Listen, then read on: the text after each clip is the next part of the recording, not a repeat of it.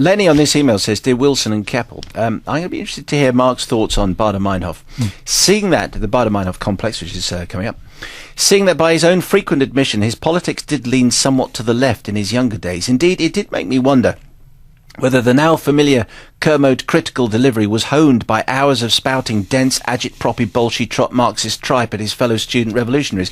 Was it then, even, that the legendary Kermodian breathing technique was developed, wherein he might inhale using his bottom and speak with his mouth, or is it vice versa? Whilst losing all gaps between words, thus preventing anyone from getting any words in edgeways or otherwise, will he give us yet another virtuoso demonstration whilst giving us his views on the Baader Meinhof complex? Do you know how to talk like a socialist worker? Incidentally, I was never in the SW, but do you know how to talk like a socialist worker? What were you in? I was an affiliate of the RCG, because I was the Virage Mendes Defence Campaign, which were a single cause Bored thing. already. Yeah, fine, thank you. Do you know how to talk like a member of the SWP? How's that? It's the use of the word actually. Okay, if you actually look at what actually happened, you actually find that actually that's all you do, and that's it. Okay, that's but it's an interesting point which Lenny make, and I just wonder whether we're going to hear a little bit of that now in the in your opinions as you resort to your agit-proppy bolshy trot Marxist critical delivery. Thank you. There's a very good book, incidentally, called Quite Right, Mr. Trotsky, which, if you ever want to read a very funny book about splintering groups in the British left, you don't already. Do you know what? Friday night, but it I is might go very see a black and funny white film about Liverpool. Thank you very much. Bum. How many Marxists does it take to change a light bulb? We don't want to change it. We want to smash the light bulb. Anyway, revolutionaries or criminals is the question that's on the poster, and I'm presuming that people sort of know who the Baader Meinhof lot were. 60s through 1970s, latterly known as Red Army faction, and an urban group which engaged in a bunch of very, very violent terrorist activity, starting out as bank robbing, murder, killing, blah blah blah. Went on for about 10 years. The movie covers the period from, I think it's around about 66, 67 to 76, 77, and it's an interesting case because on the one hand, there's been a lot of fuss about it. A question about whether or not it glamorises the terrorists, whether or not it's historically accurate. I mean, it's based on a factual book, and it does seem to have done its research quite well. Obviously, certain people who are tangentially or actually directly involved in some of the events depicted, many of which are very violent, have raised objection to it. There's one particular case of somebody saying that there's a particular scene of a killing which they took particular exception to. Of course, that's always going to happen around this kind of movie. So let's do it systematically. Firstly, it's directed by Uli Edel, who's an interesting case because he started out making movies like Christiana F. Do you remember Christiana F?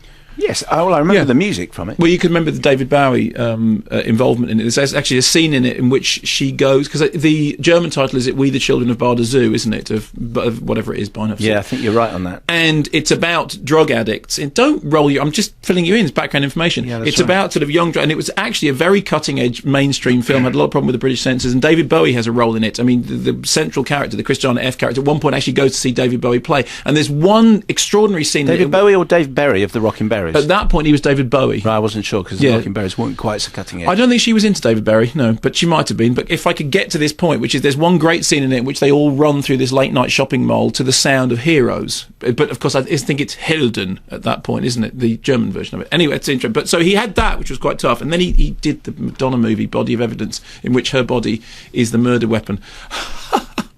And now he's sort of moved on through that onto this. So he has, on the one hand, in his back catalogue, gritty, urban, and Last Exit to Brooklyn. On the other hand, glamorous, silly, fluffy Hollywood nonsense. And actually, funnily enough, with Baader Meinhof, it kind of has both those things going in on it.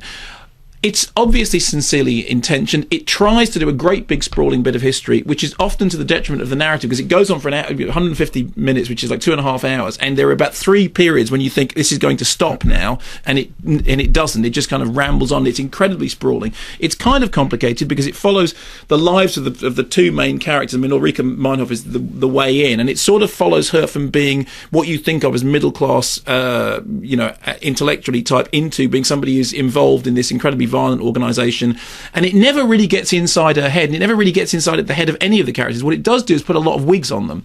And it does that classic thing that Spanish movie El Lobo did, which is that it signifies the passing of time by the passing of hair.